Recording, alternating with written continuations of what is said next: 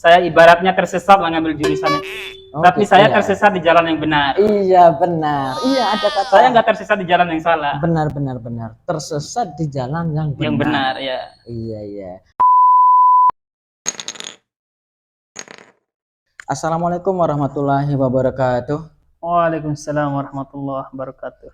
Halo guys, kembali lagi bersama saya Bang Din XL Channel. Alhamdulillah kali ini saya ngobrol santai lagi teman-teman, bersama nanti akan diperkenalkan ya.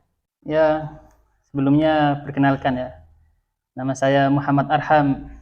Panggilannya biasanya? Panggilannya Arham. Panggilannya Tapi Arham. kalau teman-teman kampus biasa panggil Ham. Ham. Ya. Oh, hak asasi manusia. Ya. Gitu Seperti ya. itu. Ham berarti Mas Ham gitu ya, atau Pak Ham. Mungkin sekarang kan udah mungkin S2. Tapi kan sekarang udah menempuh S2 atau sudah lulus? Alhamdulillah sudah lulus. Sudah lulus. Iya. Ngomong-ngomong gini ya, kalau kuliahnya kan ngambil jurusan apa, Mas Arham? Saya ngambil jurusan tarbiyah atau pendidikan agama Islam. Ngambil jurusan tarbiyah. Ya. Jurusan tarbiyah. Tarbiyah itu mulai S1 atau mungkin langsung S2 yang tarbiyah? S1 mungkin jurusan yang lain? Enggak.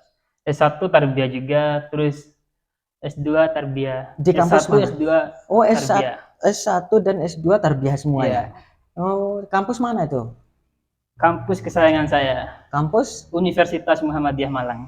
UMM ternyata ya. UMM. Tarbiyah UMM. Ya. Ya, saya penasaran ya, apakah yang Mas Arham itu memilih kampus Universitas Muhammadiyah Malang dan juga jurusan tarbiyah fakultas, mungkin fakultas agama Islam gitu ya. Ya.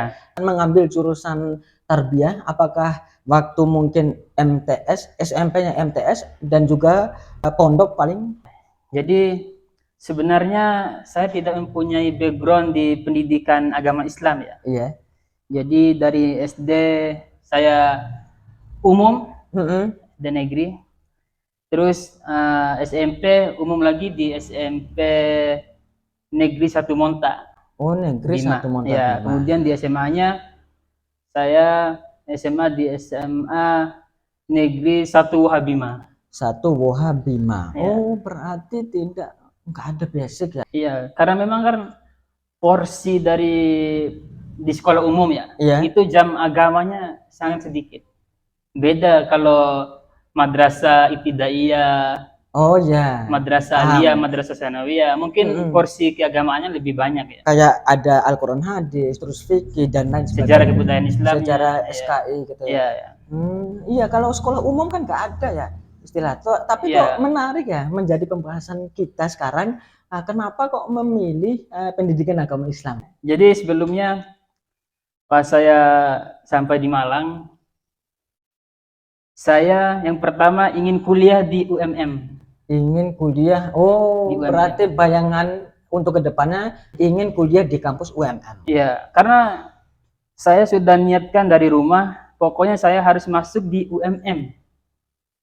Saya nggak tertarik dalam hati saya untuk masuk di kampus lain. Intinya saya harus masuk di UMM. Iya. Nah, pada saat saya daftar di UMM, saya pertama ingin mengambil jurusan PGSD. Mengambil jurusan PGSD. Ya, pendidikan guru sekolah dasar. Tapi karena saya nggak lulus, kan saya tes 3 gelombang waktu itu. Saya gelombang pertama nggak lulus, pilihan pertamanya PGSD. Iya. Gelombang 2, pilihan pertamanya PGSD juga nggak lulus lagi. Terus pilihan gelombang ketiga, saya ngambil jurusan PAI atau tarbiyah. Itu baru kemudian diluluskan oleh pihak kampus. Iya. Itu pun saya nggak tahu tarbiyah itu apa. Tarbiyah itu apa? Ya. Oh, asal-asal memilih aja ya. Iya. Jadi karena saya nggak lulus di jurusan PGSD, terus orang tua bilang, "Nah, kamu ngambil jurusan tarbiyah aja." Iya. Terus saya tanya, "Loh, tarbiyah itu apa?" Saya nggak tahu karena kan awam, benar-benar awam. Saya nggak tahu sama sekali apa itu tarbiyah. Tarbiyah itu ternyata pendidikan agama Islam. Ya, terus saya bismillah waktu itu gelombang 3 ngambil pilihan pertama tarbiyah, terus pilihan keduanya saya lupa ekonomi atau enggak, agribisnis kalau nggak salah. Iya, agribisnis. Ya, pilihan kedua. Terus saya alhamdulillah lulus di jurusan tarbiyah. Nah, pada waktu lulus itu juga saya nggak bisa tidur. Oh. Kenapa nggak bisa tidur? Karena begini. Karena teman-teman saya bilang kalau lulus di jurusan apa namanya? Kalau masuk di jurusan PHI atau tarbiyah itu banyak harus hafal Al-Qur'an, harus hafal hadis. Intinya banyak sekali lah yang harus dihafal. Oh, ketika masuk di jurusan PAI, PAI ya. Gitu ya. Ya, terus nggak bisa dekat-dekat sama cewek juga karena haram, dilarang kalau masuk jurusan itu dekat sama cewek. Iya. Nah, gitu. Tapi kok tahu? Sebelumnya kan nggak tahu, nggak paham tarbiyah itu apa. Nggak paham. Nggak paham, kemudian kok bisa berpikiran seperti itu. Kalau saya masuk tarbiyah, nanti kan saya nggak bisa PDKT cewek, terus nggak bisa bebas lah, seperti jurusan-jurusan. Sebenarnya itu bukan pikiran saya, tapi kata teman saya. Oh, dari lingkungan setempat. Iya, karena kan waktu itu misalnya ditanya nih, kamu ngambil jurusan apa? Kalau kita jawabnya jurusan tarbiyah atau pendidikan agama Islam, itu kayak diketawain gitu. Kayak diolok-olok kalau jurusan PA itu. Tapi saya pede aja. Karena meskipun saya bukan dari background pendidikan agama Islam, saya ibaratnya tersesat lah ngambil jurusan itu. Tapi saya tersesat di jalan yang benar. Iya, benar. Iya, ada kata. Saya nggak tersesat di jalan yang salah. Benar. Tersesat di jalan yang benar. Yang benar, ya. Iya. Ya itu teman-teman, kalau mau tersesat di jalan yang benar, itu contoh seperti Mas Arham yang memilih jurusan yang salah, tapi ketika salah itu kan cuma salah pemikiran orang awam aja. Tapi kalau orang-orang yang sudah melanjut ke atas S2, doktor dan bahkan profesor, ketika kita ditanyain jurusan apa, saya jurusan SPD, saya jurusan tarbiyah, itu kan luar biasa. Loh, iya. Oh iya, monggo Mas ini bisa imamin ya kan di masjid ini. Terus mungkin kebetulan masjid ini nggak ada guru ngajinya, tolong ya di handle untuk ngajar PPG-nya. Seperti itu kan luar biasa. Karena man khairukum man ta'allama al-Qur'an wa 'allamahu, sebaik-baiknya kalian belajar Al-Qur'an dan setelah kalian paham apa yang kamu pelajari Al-Qur'an, sebarkan. Siarkan agama Allah. Kan luar biasa. Masya Allah. Jadi gini juga Bang Udin. Waktu pertama kali lulus itu ya, saya sempat kepikiran, kenapa kalau saya tahu waktu kuliah ini saya akan ngambil jurusan tarbiyah, kenapa ya dulu saya nggak mondok aja, kenapa yang saya nggak masuk di madrasah aliyah aja, kan gitu. Karena kan saya sangat ketinggalan jauh sama teman-teman saya yang lain itu. Karena teman-teman saya yang lain itu mayoritasnya dari pondok pesantren dan minimal itu dari madrasah aliyah. Maaf saya potong, itu temannya yang pas di kampus. Di kampus. Oh, di kampus. Di kampus ya. Oh, berarti rata-rata temannya yang di kuliah itu mungkin pondok gitu. Dari pondok sama madrasah aliyah. Ya, otomatis kan sudah mempunyai background yang bagus kan. Bekalnya istilahnya sudah membawa bekal.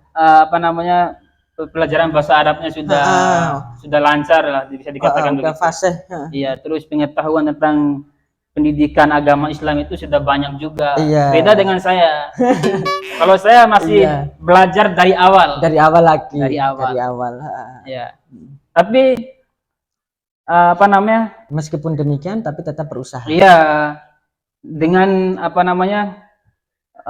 kekurangan ilmu saya, dengan saya yang nggak tahu apa-apa awalnya, itu menjadi daya tarik tersendiri bagi saya, menjadi penyemangat tersendiri. Inilah saya gitu.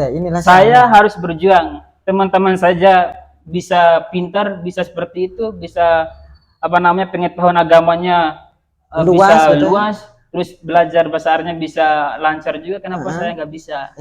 Jadi di situ saya harus belajar. Belajar dan belajar. Belajar dan belajar. Intinya belajar, meskipun teman-teman kan ada juga ya teman-teman yang alasan salah ngambil jurusan, terus tiba-tiba nggak mau lanjut kuliah lagi, akhirnya pulang kampung. Jangan begitu. Jadi kalau sudah datang ke tempat rantauan, datang ke sini, meninggalkan rumah, meninggalkan orang tua, harus betul-betul belajar meskipun jurusannya bukan yang diinginkan. tapi tetap pintar nanti, asalkan belajar. Tidak ada manusia yang bodoh. Iya. Kalau belajar pasti pintar. Iya, itu sudah menanamkan kepada diri sendiri ya. Iya.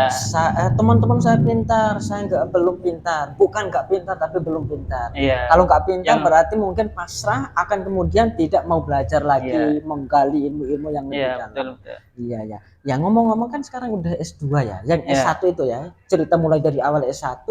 Apalah mungkin ada perubahan setelah S1 selesai terus lanjutkan S2, apakah ada perubahan signifikan mungkin perbedaan di antara mungkin dulu S1 nggak paham, sekarang S2 lebih paham lagi mungkin?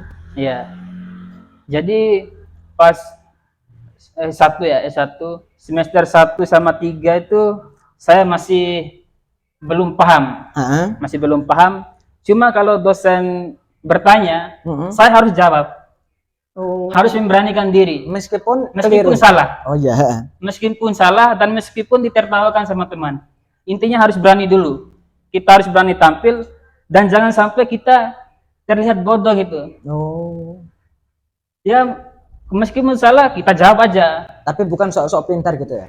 Ya bukan sok pintar, tapi setidaknya kita bisa berani lah. Berani dulu awalnya. Mental ya. Berani dulu, baru nanti insya Allah bisa. Tapi dengan belajar juga. Jangan sosok. Jangan ngawur lah istilahnya. Iya kan awal semester 1, semester 2, semester 3, semester 2 lah. Masuk semester 3 karena alhamdulillah belajar sambil berdoa juga. Berdoa sama Allah supaya kita itu diberikan pemahaman yang baik atas ilmu yang diajarkan oleh dosen-dosen itu. Iya. Nah, di situ masuk semester 3 saya sudah mulai merasakan perubahan. Jadi ketika dosen ngajar, alhamdulillah langsung bisa dipahami. Nah, kemudian ketika presentasi, selesai presentasi kan ada tanya jawab. Ketika teman bertanya, langsung di otak saya langsung muncul jawaban. Karena mungkin awal tadi itu mentalnya udah kuat. Iya. Seperti gini ya. Orang yang meskipun belajarnya terus pintar, kemudian tidak pede di depan umum, itu kan hilang ya. Iya, hilang begitu saja. Iya. Kayak misalkan, padahal saya udah hafal, tapi kok saya tampil di depan tadi kok ragu ya, kok gini ya, seperti itu ya. Iya, berarti intinya seperti ini. Ketika kita tidak bisa, tapi kita beranikan tampil, tapi berani tampil kan harus ada modal dulu lah untuk belajar. Bukan kemudian kita meskipun nggak belajar saya harus tampil, berani aja. Nah, jangan seperti itu ya. Jangan seperti itu. Itu malah ngawur. Itu malah nggak bisa nanti. Nggak bisa. Kan harus diimbangi dengan belajar. Iya, benar-benar. Nah, jadi waktu di semester 1 itu, kembali lagi di semester 1, itu ketika saya presentasi, itu 1 minggu sebelum presentasi saya sudah grogi. Iya. Kan awal-awal. Sudah grogi. Saya sudah baca, saya pelajari, pas tampil di hadapan teman-teman, karena grogi hilang semua. Grogi hilang semua. Itu pernah merasakan pada saat S2 ya? S1. S1 semester 1 sama 2. Wajar karena masih permulaan, masih adaptasi lah dengan pelajaran keagamaan. Tapi alhamdulillah semester 3, 4, 5 sampai selesai. Sampai semester berapa kalau S2? Alhamdulillah kalau S1 yang dulu ya. Kalau S1-nya saya 8 semester. 8 semester. Pas 4 tahun. Iya. Terus lanjut S2 alhamdulillah pas 4 semester. 4 semester itu berapa 2 tahun? 2 tahun. S2 itu 2 tahun. Sebenarnya waktu lulus S1 ya, saya mau pulang dulu ke kampung di Bima. Atau mungkin aslinya pengen kerja gitu ya? Iya, mau cari pengalaman lah. Pengalaman gitu, dulu. Terus sama orang tua, jangan dulu pulang. Gitu. Lanjut S2. Terus terbayang di dalam pikiran saya. Waduh, banyak tugas. Pasti sulit nih. Pasti sulit. Iya. S2 pasti sulit. S1 saja sudah lumayan sulitnya, apalagi S2. Kan tingkatannya lebih tinggi. Iya, benar. Gitu.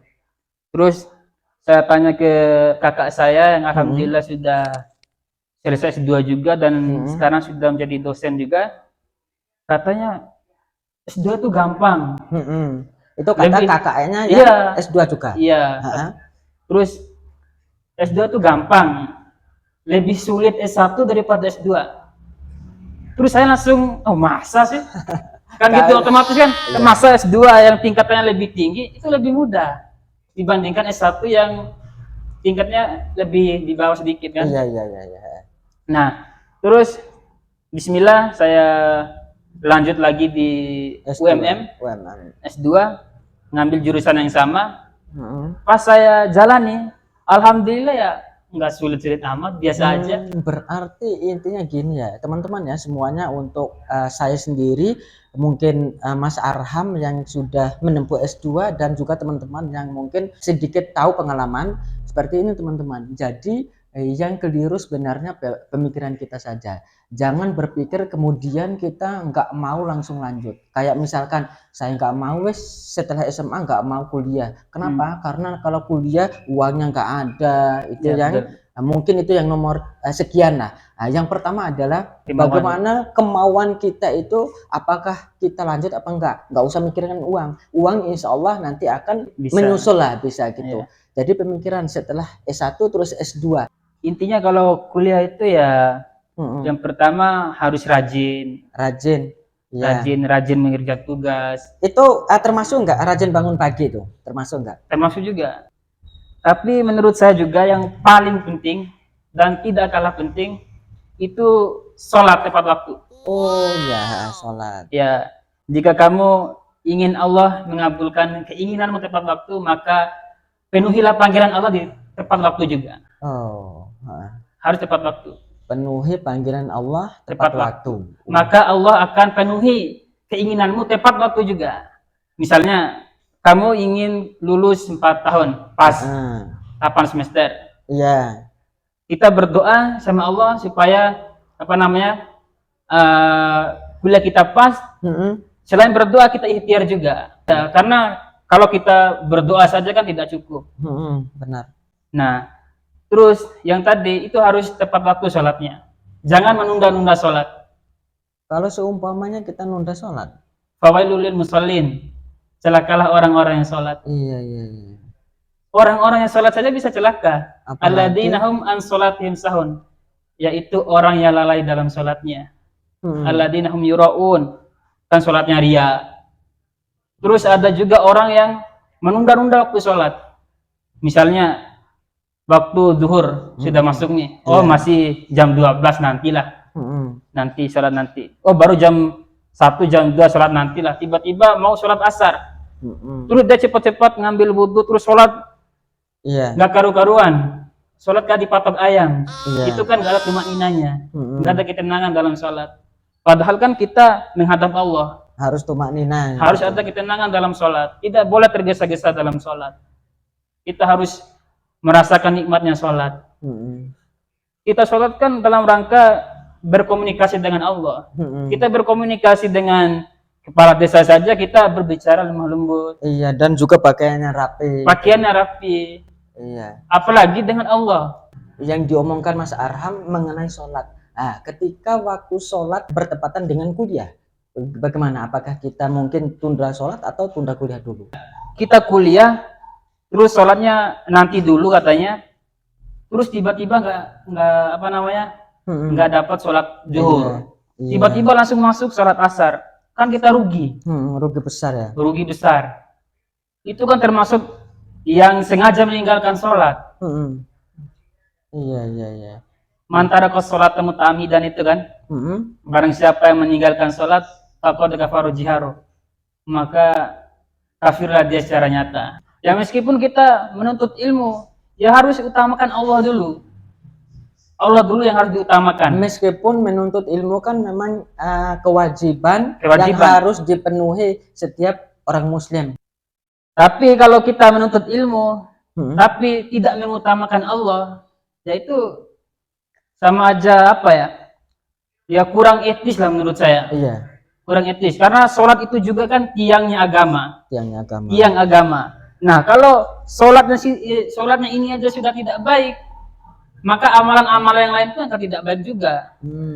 Nah, tapi kalau sholat yang baik, insya Allah amalan-amalan yang lain pun akan baik juga. Entah itu menuntut ilmunya, entah itu pahala puasanya, zakatnya, insya Allah kebal semua. Karena fondasinya itu sudah bagus. Iya, sholatnya itu ya. Sholatnya itu. Nah, jadi urusan dengan Allah itu sholatnya itu yang diutamakan. Iya. Ya kalau Kalau bertentangan misalnya gini, Ya. waktu kuliah, Hmm. waktu kuliah, terus mungkin ada kegiatan lain, mungkin kegiatan intra kampus, Ya. mungkin diklar atau apa, mungkin itu bisa ditinggalkan. Kita pentingkan dulu masalah kuliah ini. Iya. Tapi ini kan masalah dengan Allah. Benar. Harus diutamakan. Harus diutamakan. Harus diutamakan. Yang tadi kita membahas mengenai S1, S2 dan kemudian kita lanjutkan untuk beribadah kepada Allah, sholat itu yang tiang agamanya. Nah, apakah Mas Arham ini setelah S2 ini mau mencari karir di mana? Mungkin menjadi seorang dosen? Insya Allah ya nanti ingin jadi dosen di Bima atau enggak Dompu. Oh, Bima atau Dompu di NTB berarti ya, Nusa Tenggara Arab Barat. Barat. Tapi kata Pak Nurul Humaydi dulu kan NTB Nusa Tenggara Arab Barat, yaitu bagian baratnya itu Spanish. What is the meaning of Spanish? Spanyol. Bagian barat Spanyol itu katanya. Itu dosen pembimbing saya waktu S2. Oh, Pak Nurul Humaydi. Iya. Jadi intinya kita kuliah niatkan untuk benar-benar datang di sini menuntut ilmu, kemudian jangan lupa ibadah. Tiap kali kita ujian UTS mungkin atau UAS, kita telepon orang tua kita minta doa restu. Oh, doa restu orang tua. Supaya kita waktu belajar bisa dimudahkan oleh Allah dalam mengingat pelajaran. Karena ridho Allah tergantung ridho kedua orang tua. Ya. Mungkin ada pesan-pesan untuk teman-teman yang lagi nonton, mungkin apa sih yang pengen disampaikan? Ya menurut saya gini, buat teman-teman semua jangan putus asa, tetap belajar, tetap semangat, manjada wajada, siapa yang bersungguh-sungguh pasti akan dapat. Kalau mau tepat waktu lulus kuliah, tepat waktu sholat, dan rajin bimbingan. Itu teman-teman ya, terima kasih kepada Mas Arham yang telah ngobrol santai dengan saya tentang seputar kehidupannya tiap hari. Semoga bermanfaat dan juga menginspirasi bagi orang lain yang menonton konten saya ini ya. Cukup sekian video dari kami, semoga bermanfaat untuk kalian semua dan juga terhibur pastinya. Salam Bang Din XL Channel. Dukung channel saya dengan cara klik tombol merah di bawah, subscribe, like, dan komen. Terima kasih, sampai ketemu lagi di konten berikutnya. Wassalamualaikum warahmatullahi wabarakatuh. Waalaikumsalam warahmatullahi wabarakatuh. Asyik.